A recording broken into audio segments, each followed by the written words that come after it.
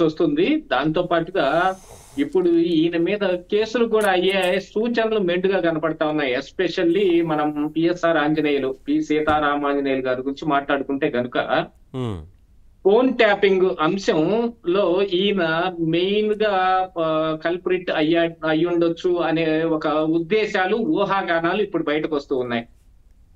ఆయన ఉమ్, విఆర్ఎస్ఏ కోరుకుంటాడో లేకపోతే అసలు ఆ ఫోన్ ట్యాపింగ్ అంశాన్ని మీరు కొంచెం పక్కన పెట్టండి సార్, నా మీద దయదలచండి, నన్ను జైలుకి పంపించబాకండి అని కాళ్ళు పట్టుకొని అడుక్కుంటాడో మనకు తెలియదు. సార్ ప్లీజ్ ప్లీజ్ అనేవాడు మరి ఎంతకైనా తెగించవచ్చుగా.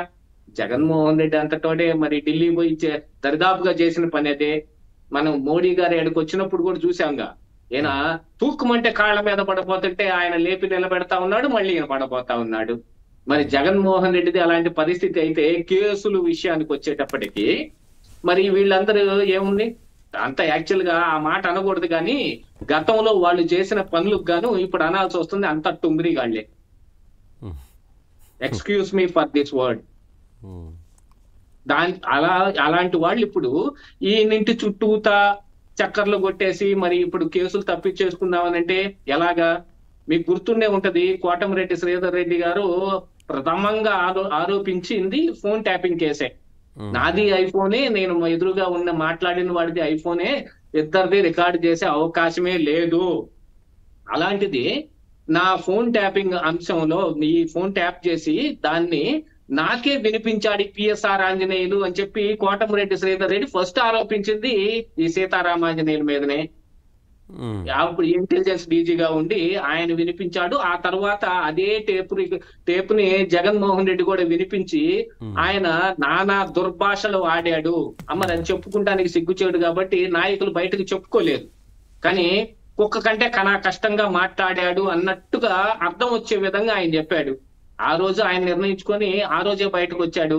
ఆ తర్వాత ఏం జరిగింది అందరికీ తెలుసు కదా. ప్రథమంగా ఆరోపించింది ఈ ఫోన్ ట్యాపింగ్ అంశమే. ఉమ్, మరి సునీల్ కుమార్ కావచ్చు, సంజయ్ కావచ్చు, సిఐడిలో ఉండి ఏమేం చేశారో మనం ఎవరూ మర్చిపోలేని అంశమే. ఇప్పుడే వీళ్లే కదా ఈయన ఇంటి చుట్టూతో చక్కర్లు కొడుతోంది. ఏదో ఏదో ఒక మూలన ఒక ఆశ ఉంటుందన్నమాట. మొన్నటికి మొన్న జవహర్ రెడ్డి ఆయన ఈ ఆ, ఆయన ఉద్యోగ కాల పరిమితి అయిపోయి ఆయన రిటైర్ కాబోతున్న సమయంలో ఆయనకు పోస్టింగ్ ఇచ్చి హోందాతనంగా ఆయనకు అన్ని ఏర్పాటు చేసి పంపించారు. ఎంతైనా సరే వాళ్ళు ఐఏఎస్ ఐపీఎస్ చదువుకొని వచ్చారు కాబట్టి అలాగా కొంచెం వాళ్ళ పట్ల కూడా ఎంత మనకు దగ్గర అధికారం ఉన్నా కూడా మనం దాన్ని దాష్టీకం లాగా ప్రదర్శించకూడదని ఒక హోందాతనం ప్రకటించారు కదా. ఇక అదును దొరికింది, సందు దొరికింది. మనం కూడా ఏదో ఒక రకంగా ప్లీజ్ అనో కాళ్ళ మీద పడో ఇంటి చుట్టూతా తిరిగితే ఏదో ఒక రోజుకు మనసు కరగకపోతుందా? సర్లే సావమనండి లోపలికి అనొచ్చు కదా. బయట సెక్యూరిటీ గార్డుల దగ్గర ఇప్పుడు యాక్చువల్ గా చెప్పాలనుకుంటే వీళ్ళందరూ ఐపీఎస్ ఆఫీసర్లు, పోలీస్ ఆఫీసర్లు. బయట సెక్యూరిటీ గార్డులు వీళ్ళకంటే చాలా చిన్న స్థాయిలో ఉన్న అధికారులు. వాళ్ళ చేత సార్ మిమ్మల్ని మేము లోపలికి పంపించటం లేదు అని అనిపించుకొని రావాల్సిన కర్మ ఎందుకు పడుతుందండి వీళ్ళందరికీ వాళ్ళు అంటే చేసిన తప్పులు. చేసిన తప్పులు. ఈ తప్పు చేస్తున్నాం అనే సంగతి వాళ్ళకి తెలియదా? ఆ అంశంలో కూడా వాళ్ళు ఏ విధమైన చర్యలు తీసుకోలేదు. కొంత న్యాయబద్ధంగాను కొంత అన్యాయంగాను తెలిసే ఎలాగోలా ఉందాంలే అని కూడా అనుకోలేదు వాళ్ళు.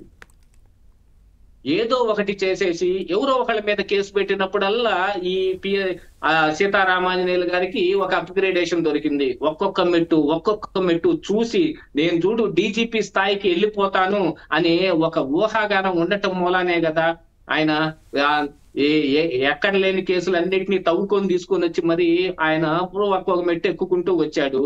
మరి ఇప్పుడు ఆ మెట్లన్నీ ఒక్కసారిగా దిగాలనంటే ఒకసారిగా దిగటం కుదరదు, కింద పట్టమే. పడితే కాళ్ళు ఎరుగుతాయో నడువులు ఎరుగుతాయో తెలియదు. అంటే చీప్ పో అని అంటారా, లేదు జైల్లో పెట్టిస్తారా? ఈ రెండు అంశాలనే వాళ్ళు ఇప్పుడు పరిగణలోకి తీసుకోవాల్సింది. విఆర్ఎస్ తీసుకుంటామా లేకపోతే మళ్ళీ డిప్యుటేషన్ విఆర్ఎస్ తీసుకుంటే చేసినవన్నీ పోతాయా? కేసులు ఎలా అయినా నమోదు చేస్తారు కదా. అంటే ఇంకొక అంశం ఏమిటంటేనండి, చెయ్యరేమో అనే ఒక అనుమానం కూడా వాళ్ళకుంది.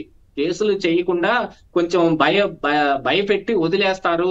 చంద్రబాబు నాయుడు చాలా మంచోడు, జగన్మోహన్ రెడ్డి లాంటి వాడు కాదు ఇంతకు ముందు కూడా మనం చూసామనంటే చంద్రబాబు నాయుడు ఫస్ట్ సీఎం అయిన దగ్గర నుంచి నేను ఫాలో అవుతూ వచ్చిన దాంట్లో చాలా మందిని అప్పుడు చాలా విశేషంగా జన్మభూమి కార్యక్రమాలు జరుగుతుండేవి. ఆ జన్మభూమి కార్యక్రమాలు జరుగుతున్నప్పుడు కొంతమందిని చాలా కోపగించుకునేవాడు, ఇతన్ని డిస్మిస్ అనేవాడు.